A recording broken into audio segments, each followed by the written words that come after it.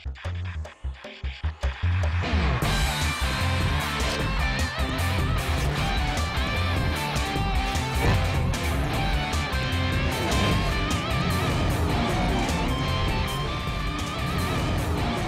আমন্ত্রণ খেলাধুলা নিয়ে ইন্ডিপেন্ডেন্ট টেলিভিশনের নিয়মিত আয়োজন যত খেলায় আপনাদের সাথে আছি সাইদ সাদিয়ার। শুরুতে জানিয়ে দিচ্ছি শিরোনামগুলো।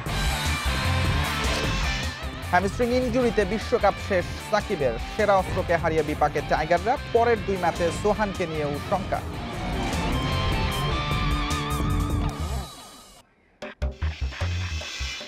বৈচিত্র্যের সঙ্গে লাইন লেন্থে ভারসাম্য নেই, স্লগ ওভারে খরুচে মুস্তাফিজে অস্বস্তি, জয়ের আশায় ফিজের জ্বলে ওঠা জরুরি।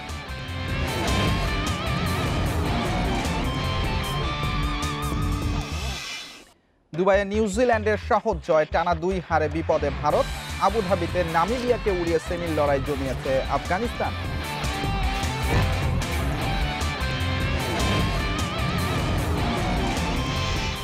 উজবেকিস্তানের শ্রেষ্ঠত্বের শেষ হলো বঙ্গবন্ধু আর্টিস্টিক জিমন্যাস্টিক্স, 6 জাতির আসরে তৃতীয় বাংলাদেশ। ঢাকায় নিয়মিত বড় আয়োজনের আশ্বাস।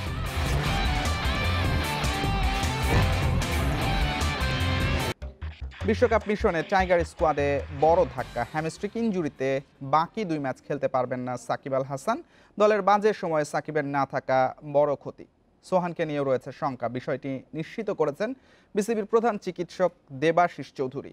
এদিকে 2 দিনের বিশ্রাম শেষে সাউথ আফ্রিকা ম্যাচের আগে কাল দুপুরে অনুশীলন করবে বাংলাদেশ দল। ইনজুরিতে পড়ার পর মাঠে সাকিবের অবস্থা ভয় ধরিয়েছিল, ম্যানেজমেন্ট পড়েছিল চিন্তায়। টাইট শিডিউলে তাকে মিস করার শঙ্কা জোরালো হয়েছিল উইন্ডিজ ম্যাচের দিনেই। তারপরেও 48 ঘন্টার অপেক্ষায় ছিলেন কোচিং স্টাফরা। 2 দিন অনুশীলন না থাকায় পুরো রেস্টে ভালো কিছুর প্রার্থনা ছিল। মেডিকেল সায়েন্স আশা প্রত্যাশা প্রার্থনার ধার ধারে না। সাকিবের সবশেষ অবস্থা পর্যবেক্ষণ করে জানা গেছে অস্বস্তির খবর। হ্যামস্ট্রিং চোটে আর খেলা হবে না বিশ্বকাপে।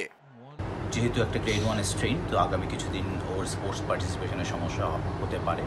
এই বিধায় আমরা ওকে আপাতত স্পোর্টস পার্টিসিপেশন থেকে বিরত থাকতে বলেছি। এটা আবার আমরা রিভিউ করব সপ্তাহখানেক পরে ওর ইনজুরির কন্ডিশনটা। শুধু তাই নয়, মাঠে ফিরতে সময় লাগবে 3 সপ্তাহের মতো।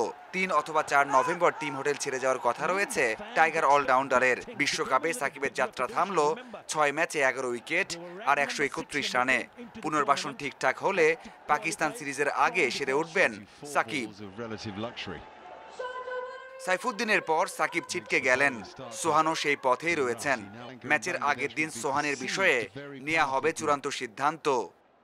সোহানের টেস্টিকুলার কন্টিউশন, আমরা 3 দিনের জন্য ওকে কমপ্লিট রেস্ট থাকার উপদেশ দিই। আগামীকাল ওর আবার ইভ্যালুয়েশন হবে এবং আগামীকাল ইভ্যালুয়েশনের ফলাফলের ভিত্তিতে আসলে আমরা সিদ্ধান্ত নেব। এত ইনজুরি কল্যাণে কপাল খুলতে যাচ্ছে শামীমের। 2 দিন বিশ্রামে কাটানোর পর ম্যাচের আগের দিন দুপুরে অনুশীলন করবে বাংলাদেশ দল। 3 ঘন্টার সেশনে ব্যাটিং বোলিং ঝালিয়ে নেবে ডমিঙ্গোর শিষ্যরা। সাউথ আফ্রিকার বিপক্ষে বাংলাদেশের ম্যাচ মঙ্গলবার। এর চেয়ে বড় ধাক্কা আর হতে পারে না বাংলাদেশ দলের জন্য। বিশ্বকাপে কঠিন সময়ে ছিটকে গেলেন দলের সেরা তারকা সাকিব আল হাসান। বাকি 2 ম্যাচে যে আশা ছিল সেটাও কমে গেছে নিশ্চিতভাবেই। এখন দেখার অপেক্ষা সাকিব ছাড়া কেমন করে team Bangladesh. Mazharul Islam, independent news, Dubai, সংযুক্ত আরব আমিরাত। বাংলাদেশ দলের সার্বিক অবস্থা সম্পর্কে আরও জানাতে আরব আমিরাত থেকে যুক্ত হচ্ছেন সহকর্মী মাজহারুল ইসলাম। মাজহার, সাকিব ছিটকে গেছেন, অবশ্যই বড় ধাক্কা। টুর্নামেন্টের বাকি সময় তিনি কি দলের সঙ্গেই থাকবেন নাকি দেশে অথবা যুক্তরাষ্ট্রে পরিবারের কাছে ফিরবেন? দেখুন, এই বিষয়ে এখন পর্যন্ত খুব একটা নিশ্চিত করে কোনো সংবাদ পাওয়া যায়নি। তবে আমরা যেটা জানতে পেরেছি, আমি কন্ট্যাক্ট করেছি বেশ কয়েকজনের সাথে, তাতে মনে হয়েছে যে সাউথ আফ্রিকার বিপক্ষের ম্যাচে থাকবেন অবশ্যই দলের সাথে, এবং এরপর হয়তোবা 2 তারিখে ম্যাচটা হওয়ার পর 3 বা 4 তারিখের দিকে, 4 তারিখে ম্যাচ রয়েছে, এর মধ্যে সাকিব মুভ করতে পারেন, হয়তোবা বাংলাদেশে বা যুক্তরাষ্ট্রে ফিরতে পারেন। সেই বিষয়ে অবশ্যই নিশ্চিত হওয়ার জন্য হয়তোবা কিছুটা সময় লাগবে। তবে সাকিব যেহেতু বায়ু বাবলের মধ্যে আছে, ফ্যাটিগে আছে, চাইবেন হয়তোবা কিছুটা দিন একা আরো আগে, যেহেতু দলের সাথে থাকতে পারছেন না, ম্যাচ খেলতে পারবেন না, তাহলে দলের সাথে থেকে তো লাভ নেই।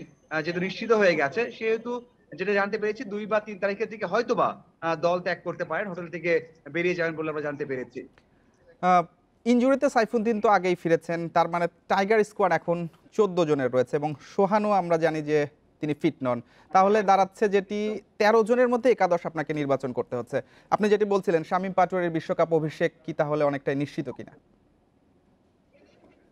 না, অবশ্যই দেখুন, এখন আমি একটু আগে বলছিলাম যে স্কোয়াড যেটা আছে এখন সেটা আসলে কোনোভাবে একাদশ নামাতে হবে। আপনি দেখেন মেইন 11-এর যে দলটা আমাদের ছিল সেখানে 3 জন প্লেয়ার নেই। সাকিবের অভাব তো কখনোই পূরণ করা যায় না, সাইফুদ্দিনের অভাবও কিন্তু পূরণ করা যায় না এখন, কারণ ব্যাটিং অলরাউন্ডার যদিও ধারাবাহিক ওইরকম পারফরমেন্স করেননি, তারপরেও একটা যে সমীকরণ নিয়ে আসা হয়েছে বা কম্বিনেশন নিয়ে আসা হয়েছে যে একজন পেস অলরাউন্ডার খেলবেন, সেটাও কিন্তু হয়নি। থাকছে না সাইফুদ্দিনের জন্য। সোহান উইকেট কিপিং করেছেন, একমাত্র স্পেশালিস্ট উইকেট কিপার নেই, তার অভাবটা বুঝতে পেরেছি। লাস্ট ম্যাচে লিটন মিস করেছেন। সাকিব নেই, আপনাদের 3 জন নেই, সেখানে একাদশ যারা খেলবেন তারা হয়তোবা নিশ্চিতভাবে বলা যায় যে এটা আসলে জোড়াতালি দিয়ে একটা একাদশ গঠন করা, তেমনটাই হবে। আপনি দেখেন শামীমের কথা যদি বলেন, তার কিন্তু ওয়ার্ল্ড কাপে অভিষেক হবে, কিন্তু এর আগে যে ম্যাচগুলো খেলেছেন জিম্বাবুয়ে ছাড়া সেরকম পারফরমেন্স নেই। এছাড়া রুবেল তো দীর্ঘদিন ধরে জাতীয় দলের টি-20 ম্যাচ খেলেননি। সেই ক্ষেত্রে অবশ্যই চিন্তা করতে হচ্ছে যে একাদশ খেলানো হবে সেখানে আপনি কখনোই সাউথ আফ্রিকা বা অস্ট্রেলিয়া বিপক্ষে দলের মতো তাদের বিপক্ষে আপনি ভালো করবেন বা জয় পাবেন এরকম কন্ডিশনে, বিশেষ করে মিরপুর নয় বা বাংলাদেশের কন্ডিশন নয়, সেখানে এইরকম একাদশ নিয়ে আপনি জয় পাবেন এটা আসলে চিন্তা করাটাও অনেক অনেক অনেক দুঃসাহসের বিষয় বা সাহসের বিষয়।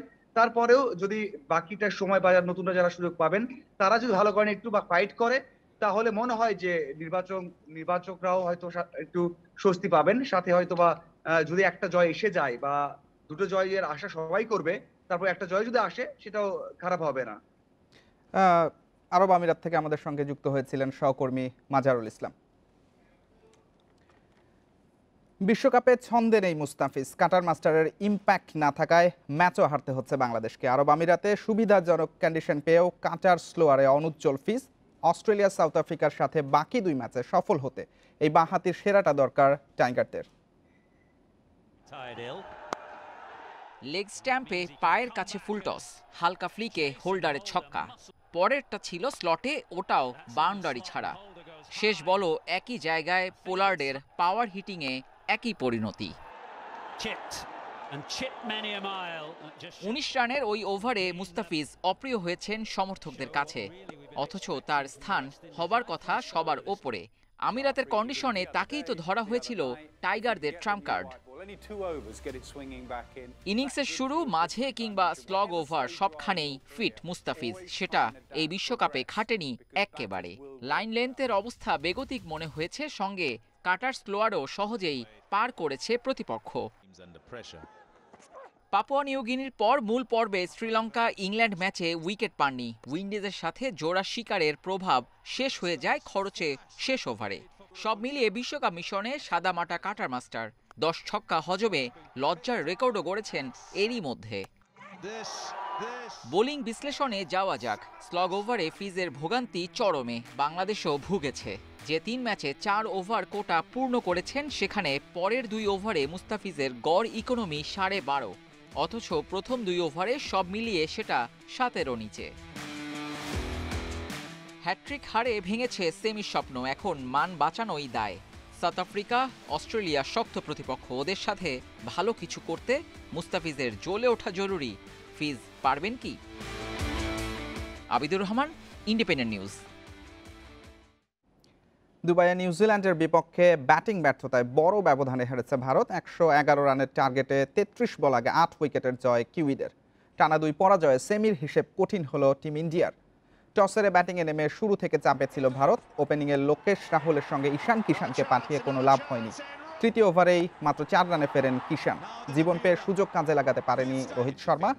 রাহুল, রোহিতের পর কোহলি পান্থরাও হতাশ করেছেন। নিয়মিত উইকেট হারিয়ে মন্থর হয়েছে রানের গতি। শেষ দিকে হার্দিক পান্ডিয়ার 23 আর রবীন্দ্র জাদেজার 26 রানে 100 পার করে ভারত। বোল্টের শিকার 3 উইকেট। ছোট টার্গেটে গাপটিল মিচেলের উদ্বোধনী জুটিতে আসে 24 রান, 20 করে আউট হন গাপটিল। মিচেলের 49 আর উইলিয়ামসনের অপরাজিত 33 রানে সহজেই লক্ষ্যে পৌঁছায় ব্ল্যাক ক্যাপস।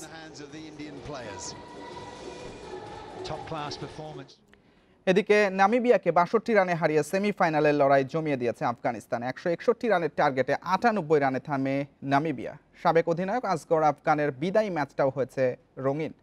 পাওয়ার প্লেতে ৫০ রান তুলে উড়ন্ত শুরু করে আফগানিস্তান, যা যায় ৩৩ আর ৪৫ রান করেন শাহজাদ।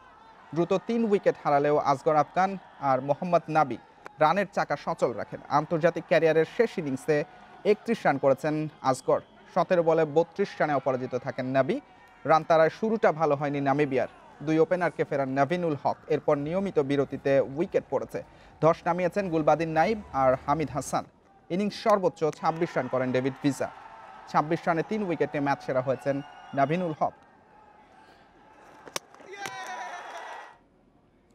উজবেকিস্তানের আধিপত্যে শেষ হলো Bangabandhu south central Asian artistic gymnastics championship. ৬ জাতির এই আসরে বাংলাদেশের অবস্থান তৃতীয়। অতীতের ধারা ভেঙে নিয়মিত আন্তর্জাতিক আসর আয়োজনের আশ্বাস ফেডারেশনের। পদকজয়ীদের সেলফি তোলার হিড়িক দেখে মনে হবে উজবেকিস্তানের ফটো সেশন। হবেই না কেন, ২২টির মধ্যে ১৯টি স্বর্ণ পদকই যে তাদের অ্যাকাউন্টে। রৌপ্য ব্রোঞ্জ মিলে মোট ৩৮টি পদক জিতেছে ওরা। ১ রৌপ্য ৩ ব্রোঞ্জ নিয়ে ৬ দেশের মধ্যে তৃতীয় বাংলাদেশ। তাতেই সফল আয়োজনের স্বস্তি ফেডারেশন কর্তাদের কণ্ঠে। তবে শুধু সফল আয়োজনই নয়, এখন থেকে পারফরমেন্সেও গুরুত্ব দেবার তাগিদ ক্রীড়া প্রতিমন্ত্রীর। পরিকল্পনার অভাব আছে। আমার যে সকল ফেডারেশনগুলো হঠাৎ করে আমি দেখি যে অনেক ফেডারেশন আছে হঠাৎ করে কোনো ইন্টারন্যাশনাল ইভেন্ট আয়োজন করে ফেলে। এই জিমন্যাস্টিককে ভালো করতে হলে আমাদের শিশু বয়স থেকেই কিন্তু এটা চর্চা শুরু করতে হবে। বরাবর আশা করেছিলাম যে আমাদের জুনিয়র অ্যাথলেটরা ভালো করবে, সেখানে রাজীব চাকমা অসম্ভব ভালো করেছে। পর্যাপ্ত সুযোগ সুবিধার অভাব নিয়ে আক্ষেপ উঠে এসেছে। অতীতের ধারা ভেঙে নিয়মিত প্রতিযোগিতা আয়োজনের তাগিদ জিমন্যাস্টদের। ভালো ফ্যাসিলিটি নেই, ভালো অ্যাপারাটাস নেই, তার কারণে আমরা এই পর্যন্ত এত দূর আমাদের যদি সুযোগ সুবিধা বেশি দেওয়া হয় তাহলে আমি বাংলাদেশের জন্য পদক আনতে পারবো। সঠিক পরিচর্যা পেলে এদেশের জিমন্যাস্টরাও ভালো করতে পারে, প্রত্যাশা অতিথিদের। পদক জিতে আমি খুবই আনন্দিত। বাংলাদেশের ছেলে মেয়েদের খেলা দেখলাম, ওদের ট্যালেন্ট আছে, দরকার শুধু উপযুক্ত প্রশিক্ষণের। শুধু সাউথ এশিয়ায় নয়, এশিয়ার বড় বড় আন্তর্জাতিক আসর ঢাকায় আয়োজনের পরিকল্পনা ফেডারেশনের। এ নিয়ে সিদ্ধান্ত জানা যাবে ফেব্রুয়ারির এফআইজির সভায়। Shamim Ahmed, independent news, Dhaka. European ফুটবলে গত রাতে ছিল অঘটন। ইংলিশ প্রিমিয়ার লিগে ক্রিস্টাল প্যালেসের কাছে হেরেছে ম্যানচেস্টার সিটি। অন্যদিকে লিভারপুলকে রুখে চমক দিয়েছে ব্রাইটন। সেরিয়াতে ভেরোনার কাছে হেরে গেছে ইউভেন্টাস। আর লা লিগায় অন্তর্বর্তী কোচের অধীনে প্রথম ম্যাচে আলাভাসের সঙ্গে ড্র করেছে বার্সেলোনা। ক্যারাবাও কাপ থেকে ছিটকে যাওয়ার ধাক্কা সামলানোর আগেই আরও একটি অঘটনের শিকার ম্যানচেস্টার সিটি। ঘরের মাঠে ক্রিস্টাল প্যালেসের কাছে ২-০ গোলে হেরেছে বর্তমান লিগ চ্যাম্পিয়নরা। ইতিহাদে ম্যাচের শুরুতেই হোঁচট খায় সিটিজেনরা। ৬ মিনিটে ক্রিস্টাল প্যালেসকে লিড এনে দেন উইলফ্রেড জাহা। বিরতির আগে আইমেরিক লাপোর্তের লাল কার্ডে ১০ জনে নেমে আসে গার্দিওলার দল। ৮৮ মিনিটে ওলিসের পাস থেকে গালাহার স্কোরলাইন ২-০ করলে মৌসুমের দ্বিতীয় হার নিয়ে মাঠ ছাড়ে সিটি। ২০ পয়েন্ট নিয়ে তাদের অবস্থান পয়েন্ট তালিকার তৃতীয় স্থানে। প্রথমার্ধে আমরা ভালো খেলেছি, তবে দলগতভাবে আমাদের আরও ভালো করা দরকার। এ ম্যাচে অনেকগুলো সিদ্ধান্তই ভুল ছিল, দুর্ভাগ্যজনকভাবে আমরা হেরেছি। এদিকে ম্যান ইউনাইটেডের মাঠে জয়ের রেশ না কাটতেই অ্যানফিল্ডে পয়েন্ট হারিয়েছে লিভারপুল। জর্ডান ও মানের গোলে এগিয়ে থেকেও ব্রাইটনের সাথে ২-২ গোলে ড্র করেছে অল রেডস। এই ড্রয়ে তালিকার ২-এ লিভারপুল। এদিকে সেরিয়াতে প্রতিপক্ষের মাঠে ম্যাচের শুরুতেই ২-০ গোলে পিছিয়ে পড়ে ইউভেন্টাস। বারবার চেষ্টাতেও ব্যর্থ হয়েছে দিবালা মোরাতা জুটি। ৮০ মিনিটে ম্যাককেনি ব্যবধান কমালেও হার এড়াতে পারেনি তুরিনের ওল্ড লেডিরা। ১১ ম্যাচে ১৫ পয়েন্ট নিয়ে তালিকার ৯ নম্বরে অ্যালেগ্রি শিষ্যরা। লা লিগায় আলাভেসের সাথে ১-১ গোলে ড্র করেছে বার্সেলোনা। ওমেনের বিদায়ের পর অন্তর্বর্তী কোচের অধীনেও জয় পেল না কাতালানরা। প্রথমার্ধ গোলশূন্য থাকার পর দ্বিতীয়ার্ধে দলকে এগিয়ে নেন ডিপাই। তবে বার্সার দুর্বল রক্ষণের সুযোগে 52 মিনিটেই রিওহার গোলে সমতায় ফেরে সফরকারীরা। 16 পয়েন্ট নিয়ে এখনও টেবিলের নবম স্থানে স্প্যানিশ জায়ান্টরা। Roksana Afroz, Independent News. এই ছিল আজকের যত খেলা। ইন্ডিপেন্ডেন্ট টেলিভিশনে সব খবর বিস্তারিত জানতে চোখ রাখুন ইউটিউব, ফেসবুক আর টুইটারে। আমন্ত্রণ আমাদের পরের আয়োজন।